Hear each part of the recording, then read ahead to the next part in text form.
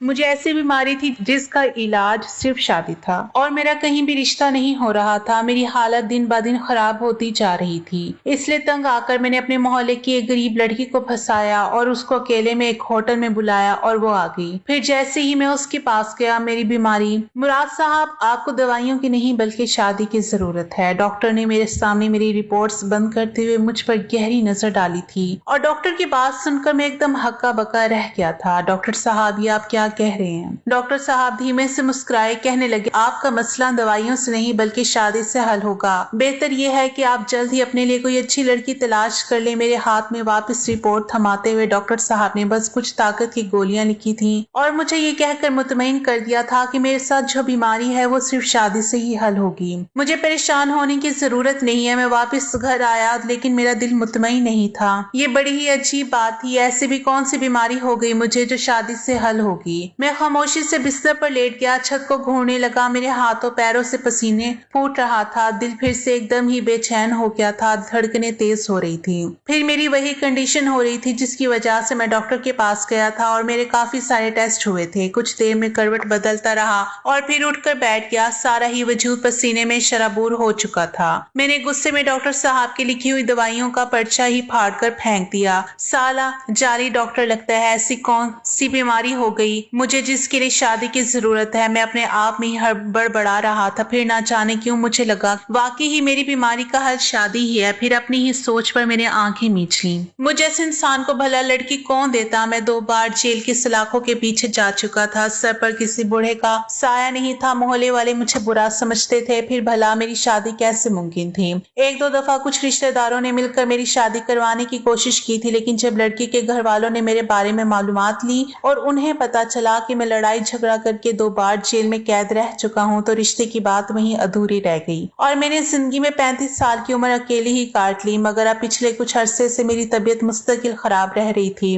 मुझे कुछ समझ नहीं आ रहा था। हर वक्त बेचैनी रहती, हाथ पांव दर्द करते, सारा वजूद पसीने से तर होने लगता और कभी कभी तो बस ऐसा लगता कि मैं खुद अपने हाथों से अपनी जान ले लूं। और इन्हीं सारी परेशानियों की वजह से मैं डॉक्टर के पास गया था और डॉक्टर ने एक नई परेशानी दे दी थी। पहले तो मैंने सोचा था कि 2-4 दिन की दवाइयां खाकर ठीक हो जाऊंगा, लेकिन अब तो डॉक्टर ने मुझे दवाइयां भी नहीं दी थी। मैं यूं ही सोचों में डूबा रहा। नींद आंखों से कोसों दूर थी। फिर मैं उठकर छत पर चला गया और वहां टहलने लगा कि अचानक मेरी नजर सामने वाले घर पर पड़ी। पिछले कुछ अरसे से वो घर खाली था। पुराने किराएदार घर छोड़कर गए तो कोई नया किराएदार नहीं आया था, लेकिन रात के इस पहर वहां लाइट जल रही थी और यही देखकर मैं चौंक गया था। सामने वाले घर में लोग आ गए, मुझे क्यों पता नहीं चल सका। फिर मैंने सर झटका के जो भी हो मुझे क्या, मेरा इनसे क्या वास्ता। मैं दोबारा से टहलने में मसरूफ हो गया, लेकिन बार बार मेरी नजर उस घर की तरफ जा रही थी जहां रोशनी के अंदर एक साया बन रहा था। एक दुबला पतला वजूद था जिसकी बल खाती नाखिन जैसी चोटी इस साये में भी वाज़ेह नजर आ रही थी।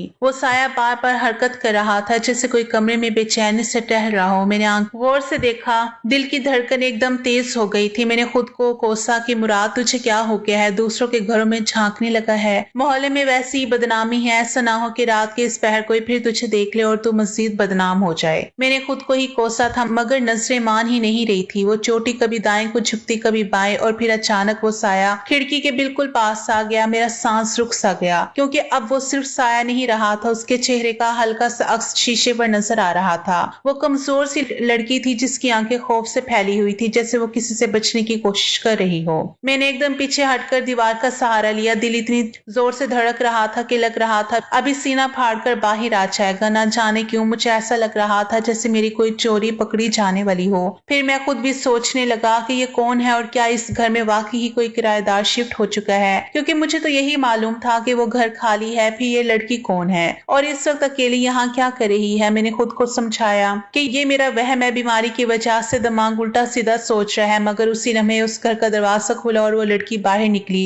वही दुबला पतला वजूद, वही लंबी चोटी और वही घबराया हुआ चेहरा। उसने इधर उधर देखा जैसे किसी को ढूंढ रही हो या किसी से छुप रही हो। फिर उसकी नजर अचानक मेरी छत पर पड़ी। हमारी आंखें चंद लम्हों के लिए मिली और उससे एक लम्हे में मुझे यूं लगा जैसे वो मुझसे मदद की इल्तिजा कर रही हो। इतने में गली में से एक तेज बाइक गुजरी और वो एकदम घबरा कर वापिस अंदर चली गई और दरवाजा जोर से बंद हो गया। मैं वहीं का वहीं जम गया। पसीना टपक कर आंखों में जा रहा था। दिमाग में अजीब सी सोचें दौड़ने लगी। ये लड़की यहाँ अकेली क्यों है? रात के इस पहर वो इतनी खौफजदा क्यों थी? और सबसे बढ़कर ये कि उस की आंखों ने मुझे क्यों झंझोर दिया था। क्यों मुझे ऐसा लग रहा था जैसे वो किसी बड़ी मुसीबत में हो या उसे मदद की जरूरत हो। मैंने पहली बार अपनी बीमारी को भूलकर किसी और के खौफ को महसूस किया था, मगर अगले ही लम्हे मेरे अंदर का अंधेरा सर उठाने लगा और मेरे लबों पर एक तल्ख सी मुस्कुराहट आ गई। शायद किस्मत खुद मेरे लिए रास्ता बना रही है। मैंने आहिस्ता से सीढ़ियां उतरते हुए फैसला कर लिया था कि कल मैं इस घर के बारे में जरूर पता करूंगा, क्योंकि अगर वाकई ही कोई नए किराएदार शिफ्ट हुए थे तो इन्हें मेरे बारे में हर किसी भी कुछ मालूम नहीं होगा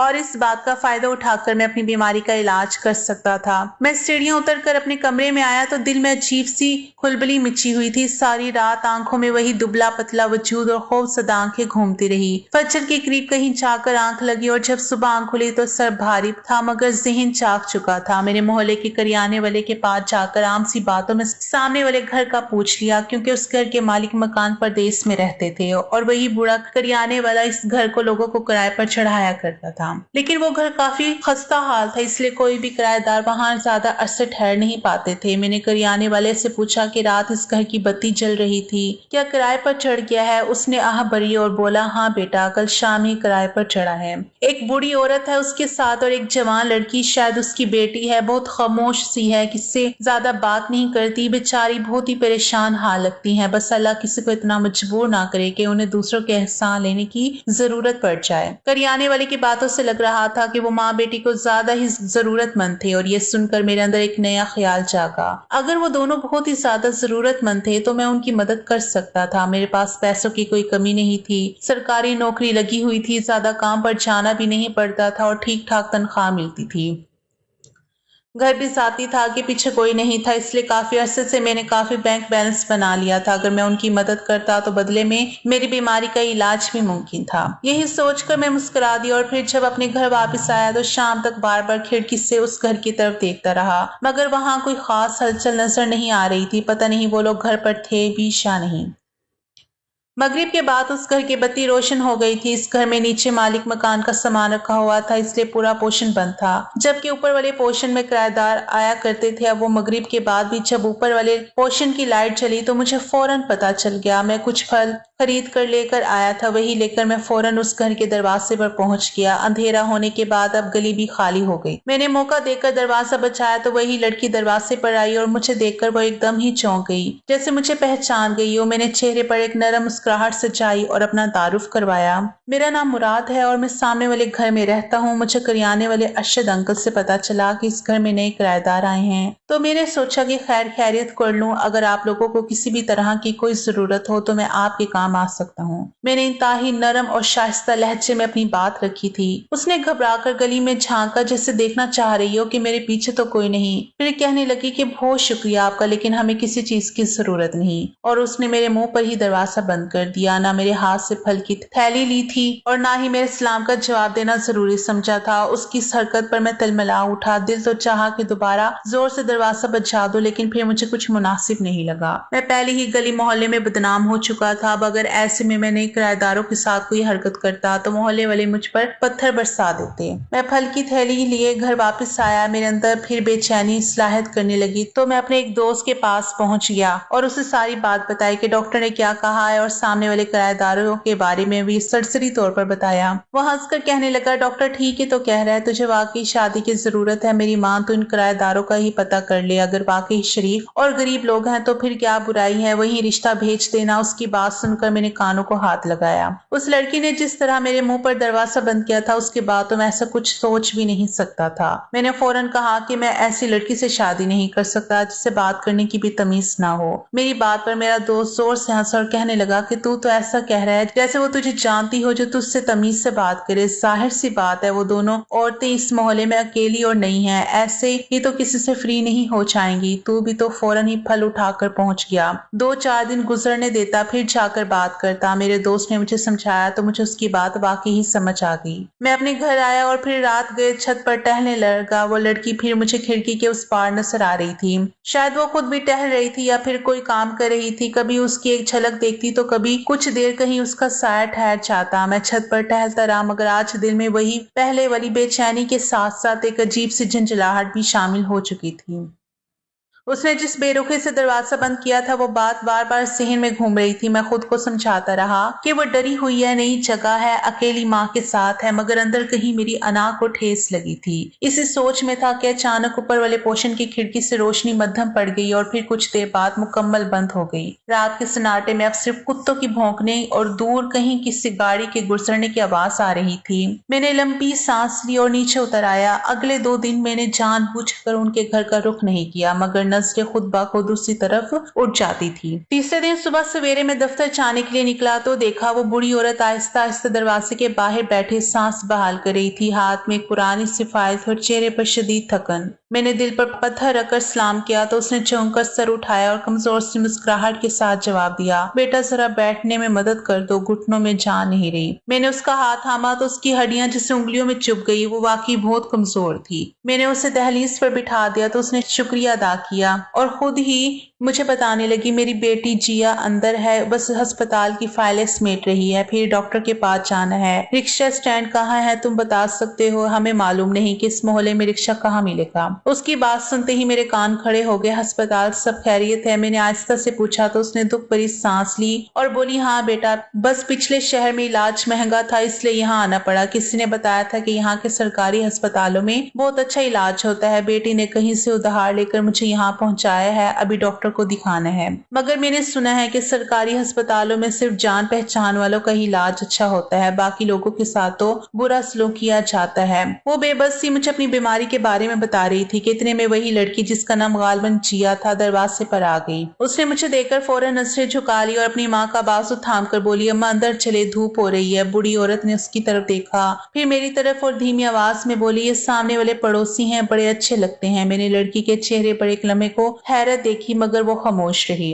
मैंने मौका गनीमत जानकर कहा, अगर आपने अब तक किसी डॉक्टर को नहीं दिखाया है तो मैं आपकी मदद कर दूं। लड़की ने फौरन कहा, नहीं, हमें किसी की मदद नहीं चाहिए, मैं खुद अपनी अम्मा को अस्पताल ले जा सकती हूँ। थोड़े धक्के खाने पड़ेंगे लेकिन मुझे यकीन है कि सरकारी अस्पताल में अच्छा इलाज हो जाएगा। मगर बूढ़ी औरत ने उसकी बात काट दी और बोली, बेटा अल्लाह तुम्हें खुश रखे और अगर वाकई तुम हमारी मदद कर सकते हो तो कर दो। इस नए शहर में हम दोनों माँ बेटी कहाँ कहाँ धक्के खाते फिरेंगे। बूढ़ी औरत की बात पर उसकी बेटी जिया ने घूर कर उससे देखा था जैसे चुप करवाना चाहती हो और फिर मैंने फौरन ही मुस्कुरा कर कहा कि दरअसल मैं खुद एक सरकारी अस्पताल में ही काम करता हूँ, इसलिए मैं आसानी से आपका डॉक्टर से चेकअप करवा दूंगा। आप भी अस्पताल ना चाहे मुझे अपनी रिपोर्ट और सारी पर्चियां वगैरह दे दें, मैं पहले वहाँ बात कर लूँ, फिर आपको बगैर किसी लाइन और धक्के के बगैर डॉक्टर को दिखाने का मौका मिल जाएगा। मेरी बात सुनकर वो दोनों माँ बेटी ही हैरान रह गए। जिया का मुंह भी हैरत से खुल गया, जैसे से वो यकीन आ रहा हो कि मैं वाकई किसी सरकारी अस्पताल में काम करता हूँ। इन दोनों की हैरत देखकर मैं मुस्कुराया और कहा, मैं डॉक्टर नहीं हूँ, मैं अस्पताल की मशीनें वगैरह ठीक करने का काम करता हूँ। मेरी सरकारी नौकरी है, अपना घर है, पुरसकून जिंदगी है, बस आप लोग नहीं है इसलिए मदद करने का ख्याल आया तो आपके पास आ गया। मुझे सारी फाइल्स दे, मैं खुद ही डॉक्टर से बात करके आपको लेकर जाऊंगा। वो बूढ़ी औरत मुझे दुआएं देने लगी, जबकि इस बार उस लड़की ने चुपचाप मुझे फाइल पकड़ा दी थी। शायद वो इस नए शहर में खुद भी परेशान थी और यही मेरे लिए एक नादर मौका था कि मैं उसके एतबार जीतता और फिर अपना मकसद हासिल कर लेता। मैं फाइल हाथ में लेकर अस्पताल पहुंच गया। दिल में एक अजीब सा फतह का एहसास था। मुझे यूं लग रहा था जैसे मैंने उन दोनों की मजबूरियों की चाबी अपने हाथ में ले ली हो। मैंने फाइल मेज पर रखी और गौर से रिपोर्ट्स देखने लगा। बीमारी कोई ऐसी ना थी जो लाइलाज हो, मगर उम्र और कमजोरी ने बूढ़ी औरत को तोड़ कर रख दिया था। उसी लम्हे मेरे जहन में एक मुकम्मल मंसूबा बनने लगा। मैं जानता था कि सरकारी अस्पताल में जान पहचान वाकई बहुत काम आती है और ये जान पहचान में बना सकता था। मैंने उसी वक्त सही मौका देकर एक डॉक्टर से बात की और बूढ़ी औरत के लिए खसूसी तवज्जो की दरखास्त की। दोपहर तक सब सेट हो चुका था। मैं वापस आया तो जिया दरवाजे पर ही खड़ी मिल गई। शायद वो बेसब्री से मेरा इंतजार कर रही थी। उसकी आंखों में अब भी शक था मगर साथ एक कमजोर सी उम्मीद थी। मैंने उसे बताया कि कल सुबह अस्पताल चले, सब काम हो जाएगा। वो खामोशी से सुनती रही, फिर आहिस्ता से बोली, अगर वाकई ऐसा हो गया तो हम आपके एहसानमंद रहेंगे। इसमें एहसान की कोई बात नहीं है, पड़ोसी एक दूसरे के काम आते हैं। मैंने मुस्कुराकर उसका पूरी तरह एतबार जीतने की कोशिश की थी और फिर अगले दिन मैं उन्हें खुद ही गाड़ी में बिठाकर अस्पताल ले गया। बूढ़ी औरत बार बार दुआएं देती रही और जिया खामोश बैठी खड़ी खिड़की से बाहर देखती रही। अस्पताल में वाकई सब आसानी से हो गया। डॉक्टर ने तवज्जो से मुआयना किया और इलाज शुरू हो गया। वापसी पर जिया की आवाज में पहली बार नरमी थी। उसने कहा, आज अगर आप ना होते तो हम सारा दिन लाइनों में ही गुजार देते। उसके बाद भी पता नहीं अम्मा का चेकअप हो पाता है या नहीं। मैंने मुस्कुराकर कहा, पड़ोसी हूँ, इतना तो पड़ोसी होने के नाते मेरा फर्ज बनता है कि मैं मुश्किल वक्त में किसी के काम आ जाऊं। मेरी बात सुनकर जिया की मुस्कुराहट गहरी हो गई थी। फिर उसने मुझे अपना फोन नंबर भी दे दिया और मेरा नंबर खुद सेव कर लिया ताकि अगर कभी उससे कोई परेशानी हो तो वो राब्ता कर सके। इस नंबर पर मैं अम्मा की खैरियत पूछने के बहाने रोजाना 1-2 मैसेज करने लगा था। अगले चंद दिनों में कभी दवाई ला देता, कभी रिक्शे का किराया दे देता, कभी बूढ़ी औरत को चेकअप के लिए ले जाता और हर बार जिया पर जैसे मेरे एहसानों का बोझ बढ़ता जा रहा था। मैं जो भी कहता वो चुपचाप मेरी बात मान लेती। बस मुझे सही मौके की तलाश थी ताकि मैं बिना शादी के ही इसे हासिल कर सकूं। मगर मेरी बीमारी मुझे मोहलत नहीं दे रही थी। वो रोज रात को याद दिलाती थी कि इलाज करीब है, बस एक कदम और मैंने दिल में फैसला कर लिया था कि बहुत जल्द मैं वो कदम भी उठा लूंगा, चाहे उसकी कीमत किसी और को ही क्यों ना चुकानी पड़े। मैं जिया जैसी लड़की से शादी नहीं करना चाहता था क्योंकि उसके साथ एक बुरी औरत भी थी। मैं बस उसे हासिल करके अपनी बीमारी खत्म करना चाहता था। इसलिए मैंने अपने एहसानों का बोझ और बढ़ाया और फिर वो दिन आ गया जब मैं उससे अपना मकसद पूरा कर सकता था। मैंने रात काफी देर तक उससे फोन पर बात की और उसे अपनी मोहब्बत के जाल में फंसा ही लिया। मैंने उस रात बहुत सोच समझ कर अल्फाज चुने थे। जिया से बात करते हुए मैंने कभी तन्हाई का रोना रोया, कभी ये चिताया कि मैंने जिंदगी में पहली बार किसी के लिए इतना कुछ किया है। वो शुरू में खामोश रही, फिर आहिस्ता आहिस्ता उसकी आवाज में लर्जिश कम होने लगी। उसने बताया कि वो सारी उम्र अपनी बीमार माँ के साथ भागती रही है, कभी किराए के घरों में, कभी रिश्तेदारों के ताने सुनते हुए। उसके बाप का साया बहुत पहले उठ चुका था और उसके बाद जिंदगी बस जिम्मेदारी बनकर रह गई थी। उसकी बातें सुनते हुए मैंने हमदर्दी के जुमले बोले, मगर दिल में हिसाब किताब चलता रहा कि अब कितना वक्त बाकी है, कब वो मुकम्मल तौर पर नरम पड़ेगी। मैंने उसी बात को पकड़ लिया कि वो कहीं बाहर नहीं जा सकती। अम्मा को अकेला छोड़ना मुमकिन नहीं। तब मैंने फौरन कहा कि मैं कोई गलत काम नहीं चाहता, बस कुछ देर के लिए मिलना चाहता हूँ ताकि खुलकर बात हो सके। मैंने ये भी कहा कि अगर वो चाहे तो मैं अम्मा के लिए खुद दवाई ले आऊंगा और वो चंद घंटे आराम कर सकती है। वो काफी देर खामोश रही, फिर आहिस्ता से बोली कि अम्मा की तबीयत आज जरा बेहतर है, अगर वो सो गई तो मैं 1-2 घंटे के लिए निकल सकती हूँ। शायद वो भी सारी जिंदगी अपनी माँ के पीछे भागते भागते थक गई थी और कुछ देर सुकून चाहती थी। शायद मेरी सूरत उसे कोई दोस्त मिल गया था, इसलिए वो कुछ वक्त मेरे साथ गुजारने को तैयार हो गई थी। और ये सुनकर मेरे दिल में अजीब सी हरारत दौड़ गई। मैंने फौरन कहा कि शहर के बीच एक अच्छा सा होटल है जहाँ फैमिलीज भी आती हैं, वहाँ कोई मसला नहीं होगा, हम बस बात करेंगे। वो मान तो गई मगर उसकी आवाज में अब भी झिझक थी। फिर शाम के करीब जिया का मैसेज आ गया कि अम्मा सो गई है और वो निकल रही है। मैंने कमरा पहले ही बुक करवा रखा था। जब वो कमरे में दाखिल हुई तो उसके चेहरे पर साफ घबराहट थी। मैंने नरमी से बात की, उसे पानी पिलाया और कुर्सी पर बिठा दिया। वो बार बार फोन देख रही थी, कभी पूछती कि आपने कमरा क्यों बुक करवाया है, हम नीचे भी तो बात कर सकते थे। मैंने उसे यकीन दिलाया कि कुछ नहीं होगा, हम बात करेंगे नीचे। डाइनिंग पर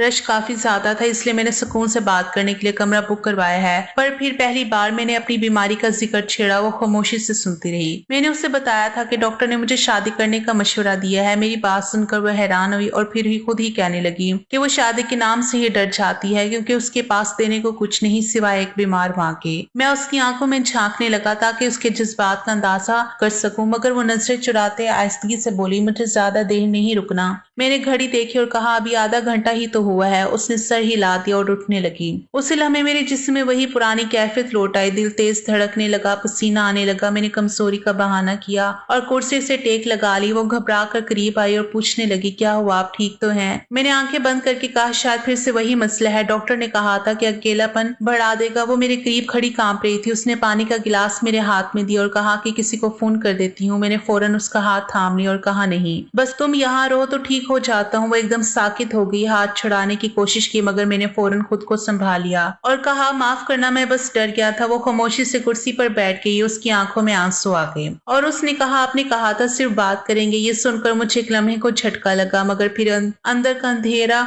दोबारा गालिब आ गया। मैंने आहिस्ता से कहा, मैंने तबीयत खराब होने की वजह से हद पार कर दी, मुझे माफ कर दो। वो एकदम ही रोने लगी और रोते हुए कहने लगी कि मैंने आपको दूसरे मर्दों की तरह नहीं समझा था। मुझे लगा था कि शायद वाकई ही आप हमारे हमदर्द हैं। इससे पहले भी कुछ लोगों ने हमदर्दी के बहाने मेरे साथ गलत हरकतें करने की कोशिश की थी, लेकिन न जाने क्यों आपको देखकर मुझे लगा कि आप एक समझदार और शरीफ मर्द हैं और आप ऐसी वैसी कोई हरकत नहीं करेंगे। लेकिन शायद मैं ही गलत हूँ। जब भी किसी ने हमारी मदद करने की कोशिश की है तो उसके पीछे उसका एक खास मकसद रहा है और अब मुझे लगता है कि आपका भी यही मकसद है। अगर आप मेरी माँ का इलाज इस शर्त पर करवाना चाहते हैं कि आपको बदले में अपनी बीमारी का इलाज चाहिए तो मैं अपना करवाने के लिए राजी हूँ। ये कहकर रोते हुए उसने अपना दुपट्टा एक तरफ फेंका तो मेरा दिल एकदम ही धड़कना भूल गया। उसके रोने और बेबसी पर मुझे अपने आप से नफरत का एहसास होने लगा।